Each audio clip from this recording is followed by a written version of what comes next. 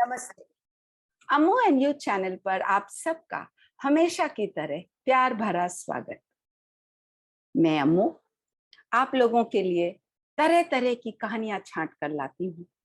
आज जो कहानी मैं आपके लिए लाई हूँ मुंशी प्रेमचंद द्वारा लिखी गई बड़ी ही प्रसिद्ध हृदय स्पर्शी मार्मिक कहानी है। कहानी का नाम है बूढ़ी काकी। आप में से बहुतों ने इस कहानी को पढ़ा भी होगा। आइए बूढ़ी काकी मेरे मुंह से भी सुन लीजिए। बुढ़ापा बहुधा बचपन का पुनरागमन हुआ करता है। बूढ़ी काकी में जिह्वा स्वाद के सिवा और कोई चेष्टा शेष न थी और न अपने कष्टों की ओर आकर्षित करने का रोने के अतिरिक्त कोई दूसरा सहारा। समस्त इंद्रियां, नेत्र, हाथ और पैर जवाब दे चुके थे। पृथ्वी पर पड़ी रहती और घर वाले कोई बात उनकी इच्छा के प्रतिकूल करते, भोजन का समय टल जाता या उसका परिणाम पूर्ण न होता अथवा बाजार से कोई वस्तु आती और न मिलती तो ये रोने लग जाती और गला फाड़ फाड़ कर रोती। उनके पतिदेव को स्वर्ग से धारे कालांतर हो चुका था। बेटे तरुण हो होकर चल बसे थे। अब एक भतीजे के अलावा और कोई भी न था। उसी भतीजे के नाम उन्होंने अपनी सारी संपत्ति लिख दी। भतीजे ने सारी संपत्ति लिखाते समय खूब लंबे चौड़े वादे किए, किंतु वे सब वादे केवल कुली डिपो के दलालों के दिखाए हुए सब्ज बाग थे।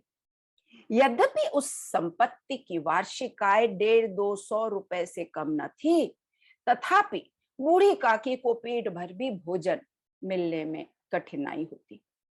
इसमें उनके भतीजे पंडित बुद्धिराम का अपराध था अथवा उनकी अर्धांगिनी श्रीमती रूपा का, इसका निर्णय करना सहज नहीं। बुद्धिराम स्वभाव के सज्जन थे, किंतु उसी समय तक जब तक कि उनके कोष पर आंच न आए। रूपा स्वभाव से तीव्र ही सही पर ईश्वर से डरती थी, अतएव बूढ़ी काकी को उसकी तीव्रता उतनी ना खलती थी जितनी की बुद्धिराम की भलमनसाहत। बुद्धिराम को कभी कभी अपने अत्याचार का खेद होता था। विचारते कि इसी संपत्ति के कारण मैं इस समय भला मानुष बना बैठा हूं। यदि भौतिक आश्वासन और सूखी सहानुभूति से स्थिति में सुधार हो सकता हो, उन्हें कदाचित कोई आपत्ति न होती, परंतु विशेष व्यय का भय उनकी सुचेष्टा को दबाए रखता था। यहाँ तक कि यदि द्वार पर कोई भला आदमी बैठा होता और बूढ़ी काकी उस समय अपना राग अलापने लगती तो वो आग हो जाते और घर में आकर उन्हें जोर से डांटते। लड़कों को बुढ़ों से स्वाभाविक विद्वेष होता ही है और फिर जब माता पिता का यह रंग देखते तो वे बूढ़ी काकी को और सताया करते। बुद्धिराम के 2 बेटे थे। कोई चुटकी काटकर भागता, कोई उन पर पानी की कुल्ली कर देता। काकी चीख मारकर रोती, परंतु यह बात प्रसिद्ध थी कि वह केवल खाने के लिए रोती, अतएव उनके संताप और आर्तनाद पर कोई ध्यान न देता। हाँ, काकी क्रोधातुर होकर बच्चों को गालियां देने लगती तो रूपा घटनास्थल पर आ पहुंचती। इस भय से काकी अपनी जिह्वा कृपाण का कदाचित ही प्रयोग करती। यद्यपि उपद्रव शांति का यह उपाय रोने से कहीं अधिक उपयुक्त था। संपूर्ण परिवार में यदि काकी से किसी को अनुराग था तो वह बुद्धिराम की छोटी लड़की लाडली थी। लाडली अपने दोनों भाइयों के भय से अपने हिस्से की मिठाई चबेना बूढ़ी काकी के पास बैठकर खाया करती थी। यही उसका रक्षागार था और यद्यपि काकी की शरण उनकी लोलुपता के कारण बहुत महंगी पड़ती, तथापि भाइयों के अन्याय से सुरक्षा कहीं सुलभ थी। तो बस यही, इसी स्वार्थानुकूलता ने उन दोनों में सहानुभूति का आरोपण कर दिया था। रात का समय था। बुद्धिराम के द्वार पर शहनाई बज रही थी और गांव के बच्चों का झुंड विस्मयपूर्ण नेत्रों से गाने का रसास्वादन कर रहा था। चारपाइयों पर मेहमान विश्राम करते हुए नाइयों से मुखिया लगा रहे थे।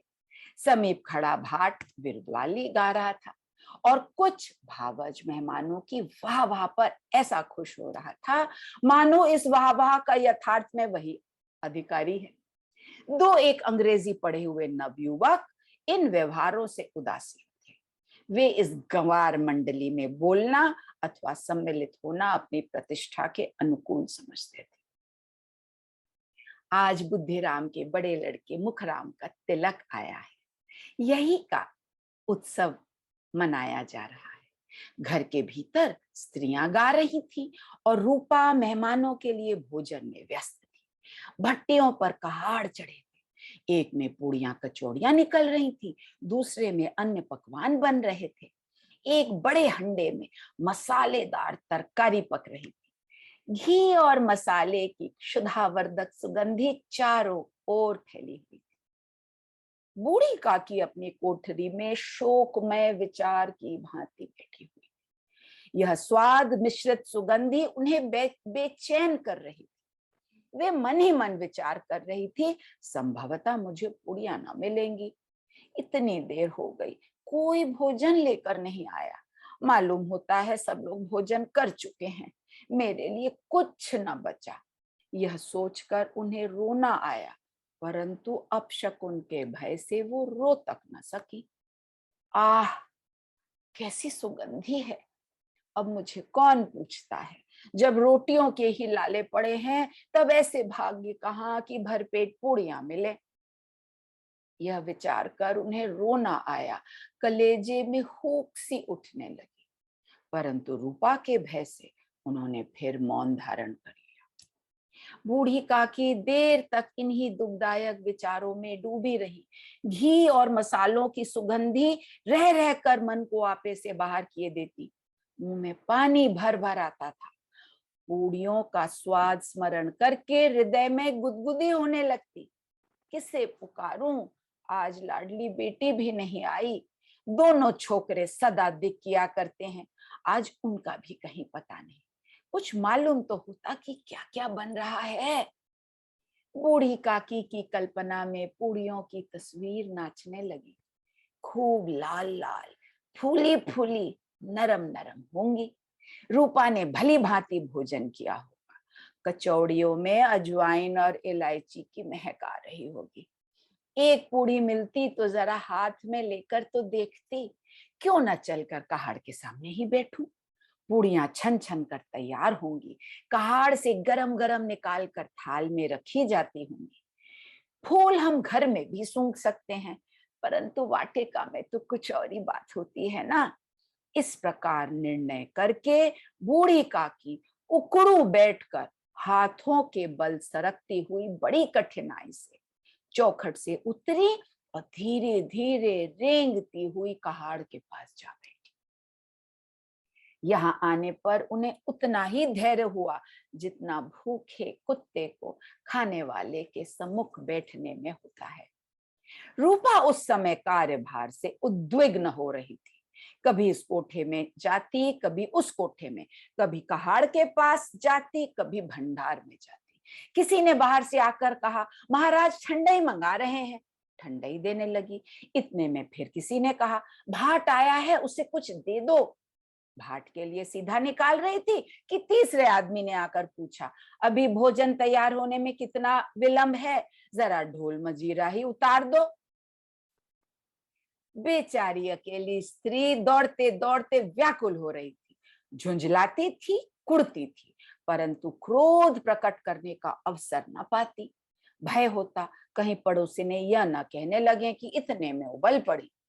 प्यास से स्वयं कंठ सूख रहा था, गर्मी के मारे फूकी जाती थी, परंतु इतना अवकाश न था कि जरा पानी पी ले अथवा पंखा लेकर झले।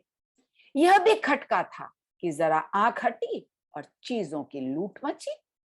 इस अवस्था में उसने बूढ़ी काकी को कहाड़ के पास बैठी देखा तो जल गई। क्रोध न रुक सका। इसका भी ध्यान न रहा कि पड़ोसिनें बैठी हैं, मन में क्या कहेंगी, पुरुषों में लोग सुनेंगे तो क्या कहेंगे। जिस प्रकार मेंढक केंचुए पर झटक झपटता है, उसी प्रकार वह बूढ़ी काकी पर झपटी और उन्हें दोनों हाथों से झटक कर बोली, ऐसे पेट में आग लगे, पेट है या भार? कोठरी में बैठते हुए क्या दम घुटता है? अभी मेहमानों ने नहीं खाया, भगवान को भोग नहीं लगा, तब तक धैर्य ना हो सका क्या? आकर छाती पर सवार हो गई। जल जाए ऐसी जीव, दिन भर खाती ना होती तो जाने किसकी हांडी में मुंह डालती। गांव देखेगा तो कहेगा कि बुढ़िया भरपेट खाने को नहीं पाती, तभी तो इस प्रकार मुंह बाए फिरती है। डायन न मरे न माचा छोड़े, नाम बेचने पर लगी है, नाक कटवा कर दम लेगी। इतनी ठूसती है, न जाने कहां भस्म हो जाता है। भला चाहती हो जाकर कोठरी में बैठो, जब घर के लोग खाना खाने लगेंगे तब तुम्हें भी मिलेगा। तुम कोई देवी नहीं हो कि चाहे किसी के मुंह में पानी न जाए, परंतु तुम्हारी पूजा पहले की जाए। बूढ़ी काकी ने सिर उठाया, न रोई न बोली, चुपचाप रेंगती हुई अपनी कोठरी में चली गई। आवाज ऐसी कठोर थी कि हृदय और मस्तिष्क की संपूर्ण शक्तियां, संपूर्ण विचार और संपूर्ण भार उसी ओर आकर्षित किए हुए थे। नदी में जब कगार का कोई वृहद खंड कटकर गिरता है तो आसपास का जल समूह चारों ओर से उसी स्थान को पूरा करने के लिए दौड़ता है। भोजन तैयार हो गया है, आंगन में पत्तलें पड़ गईं, मेहमान खाने लगे। स्त्रियों ने जेवनार गीत गाना आरंभ कर दिया। मेहमानों के नाई और सेवकगण भी उसी मंडली के साथ, किंतु कुछ हटकर भोजन करने बैठे थे। परंतु सभ्यतानुसार जब तक सबके सब खा न चुके कोई उठ नहीं सकता था। दो एक मेहमान जो कुछ पढ़े लिखे थे, सेवकों के दीर्घाहार पर झुंझला रहे। वे इस बंधन को व्यर्थ और बेकार की बात समझते। बूढ़ी काकी अपनी कोठरी में जाकर पश्चाताप कर रही थी कि मैं कहां से कहां आ गई। उन्हें रूपा पर क्रोध न था, अपनी जल्दबाजी पर दुख था। सच ही तो है, जब तक मेहमान लोग भोजन न कर चुकेंगे घर वाले कैसे खाएंगे। मुझ में सब्र न था क्या? सबके सामने पानी उतर गया। अब जब तक कोई बुलाने नहीं आएगा न जाऊंगी। मन ही मन इस प्रकार का विचार कर वह बुलाने की प्रतीक्षा करने लगी, परंतु घी की रुचिकर सुवास बड़ी धैर्य परीक्षक प्रतीत हो रही थी। उन्हें एक एक पल एक एक युग के समान मालूम होता था। अब पत्तल बिछ गई होगी, अब मेहमान आ गए होंगे, लोग हाथ पैर धो रहे हैं, नाई पानी दे रहा है, मालूम होता है लोग खाने बैठ गए, जीवनार गाया जा रहा है। यह विचार कर वह मन को बहलाने के लिए लेट गई। धीरे धीरे एक गीत गुनगुनाने लगी। उन्हें मालूम हुआ कि मुझे गाते देर हो गई। क्या इतनी देर तक लोग भोजन कर ही रहे होंगे? किसी की आवाज सुनाई नहीं देती। अवश्य ही लोग खा पी कर चले गए, मुझे कोई बुलाने तक नहीं आया। रूपा चिढ़ गई है, क्या जाने ना बुलाए। सोचती हो कि आप ही आवेंगी, वह कोई मेहमान तो नहीं जो उन्हें बुलाऊं। बूढ़ी काकी चलने को तैयार हुई। यह विश्वास कि 1 मिनट में पूड़ियां और मसालेदार तरकारियां सामने आएंगी उनकी स्वादेंद्रियों को गुदगुदाने लगा। उन्होंने मन में तरह तरह के मंसूबे बांधे। पहले तरकारी से पूड़ियां खाऊंगी, फिर दही और शक्कर से कचौड़ियां रायते के साथ मजेदार मालूम होंगी। चाहे कोई बुरा माने चाहे भला, मैं तो मांग मांग कर खाऊंगी। यही ना लोग कहेंगे कि इन्हें विचार नहीं रहा। कहा करे, इतने दिन के बाद पूड़ियां मिल रही हैं तो मुंह झूठा करके थोड़े ही उठ जाऊंगी। वह उकड़ू बैठकर सरकते हुए आंगन में आई, परंतु हाय दुर्भाग्य, कोई खाकर उंगलियां चाटता था, कोई तिरछे नेत्रों से देखता था कि लोग अभी खा रहे हैं या नहीं।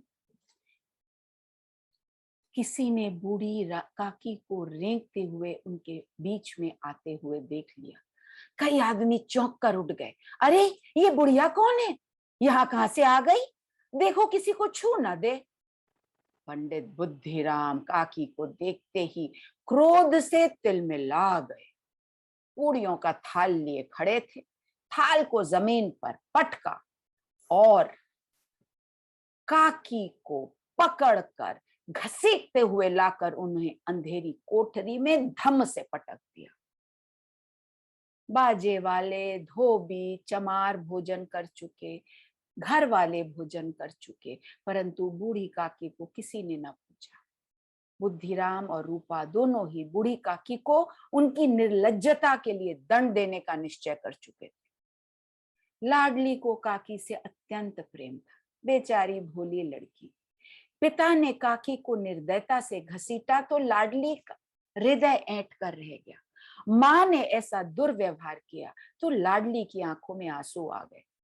वह झुंझला रही थी कि हम लोग काकी को क्यों बहुत सी पूड़ियां नहीं देते, क्या मेहमान सभी खा लेंगे? और यदि काकी ने मेहमानों से पहले खा लिया तो क्या बिगड़ जाएगा? वह काकी के पास जाकर उन्हें धैर्य देना चाहती थी, परंतु माता के भय से वो नहीं जाती। उसने अपने हिस्से की पूड़ियां बिल्कुल ना खाई थी, अपनी पेटी में छुपा कर रखी थी। जाकर काकी को देगी, पूड़ियां देखकर काकी कैसी प्रसन्न होगी, मुझे कितना प्यार करेगी। रात को 11 बजे थे। रूपा आंगन में पड़ी सोई थी। लाडली की आंखों में नींद न थी। जब विश्वास हो गया कि अम्मा सो रही है, चारों तरफ अंधेरा, तब चुपचाप वह उठी। सोए हुए मनुष्यों के बदले एक भागता हुआ कुत्ता उसके लिए अधिक धैर्य का कारण बना। उसने उसको देखा, आश्वस्त हुई, पिटारी उठाई और बूढ़ी काकी की कोठरी की ओर चली। बूढ़ी काकी अपनी कोठरी में पड़ी थी। जब सचेत हुई तो किसी की जरा सी आहट न मिलती थी। समझी, किसी ने मेरी सुध न ली, किसी ने मुझे न बुलाया। मैं अंधी अपाहज ठहरी, न कुछ सुनूं न बूझूं। काकी उठो, मैं पूड़ियां लाई हूं। काकी ने लाडली की बोली पहचानी, चटपट उठ बैठी, दोनों हाथों से लाडली को टटोला और उसे गोद में बैठा लिया। लाडली ने पूड़ियां निकाल कर दी। काकी ने पूछा, क्या तुम्हारी अम्मा ने दी है? लाडली ने कहा, नहीं, ये मेरे हिस्से की हैं। काकी पूड़ियों पर टूट पड़ी। 5 मिनट में पिटारी खा ली। लाडली ने पूछा, काकी पेट भर गया? बोली, नहीं बेटी, जाकर अम्मा से और मांग लाओ। अम्मा सोती है, जगाऊंगी तो मारेगी। काकी ने पिटारी को टटोला, उसमें कुछ खुरचन गिरी थी। बार बार होप चाटती, चटकारे भरती। हृदय महसूस रहा था कि पूड़ियां कैसे खाऊं। सहसा लाडली से बोली, मेरा हाथ पकड़कर वहां ले चलो जहां मेहमानों ने बैठकर भोजन किया है। लाडली कुछ समझ न सकी। उसने काकी का हाथ पकड़ा और ले जाकर झूठे पत्तलों के पास बिठा दिया। दीन क्षुधातुर हत ज्ञान बुढ़िया पत्तलों से पूड़ियों के टुकड़े चुन चुन कर भक्षण करने लगी। ओह, दही कितना स्वादिष्ट था, कचौड़ियां कितनी सलोनी, खस्ता सुकोमल। काकी बुद्धिहीन होते हुए भी इतना जानती थी कि मैं वह काम कर रही हूं जो मुझे कदापि नहीं करना चाहिए।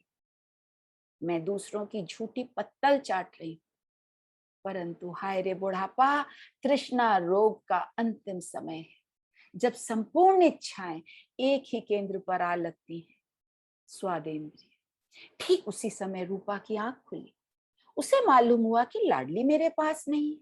वह चौंकी, बाहर आई और जो दृश्य देखा, रूपा का हृदय सन्न रह गया। किसी गाय की गर्दन पर छुरी चलते देखकर जो अवस्था उसकी होती, वही उस समय हुई। एक ब्राह्मणी दूसरों की झूठी पत्तल टटोले, इससे अधिक शोकमय दृश्य असंभव था। पूड़ियों के कुछ ग्रासों के लिए उसकी चचेरी सास ऐसा निकृष्ट कर्म कर रही है। यह वह दृश्य था जिसे देखकर देखने वालों के हृदय कांप उठते थे। ऐसा प्रतीत होता मानो जमीन रुक गई, आसमान चक्कर खा रहा है। इस अधर्म का भागी कौन है? कौन? रूपा को अपनी स्वार्थपरता और अन्याय इस प्रकार प्रत्यक्ष रूप से कभी न दिखे थे। सोचने लगी, हाय कितनी निर्दय हूं। जिसकी संपत्ति से मुझे 200 रुपए आय हो रही है, उसकी यह दुर्गति। हे दयामय भगवान, मुझसे बड़ी भारी चूक हो गई है, मुझे क्षमा करो। मेरे बेटे का तिलक है, सैकड़ों मनुष्यों ने भोजन पाया, मैं उनके इशारों की दासी बनी रही। एक वृद्धा, असहाय वृद्धा को मैं 2 कौर खाना न खिला सकी, जिसकी बदौलत हजारों रुपए खाए, उसे आज इस उत्सव पर भूखे पेट रखा। मुझसे आज बड़ी भूल हो गई है। बूढ़ी काकी के सामने पूरा थाल सजाकर रूपा लेकर गई। कंठारुद्ध स्वर में कहा, काकी उठो, भोजन कर लो, मुझसे आज बड़ी भूल हो गई है, उसका बुरा न मानना।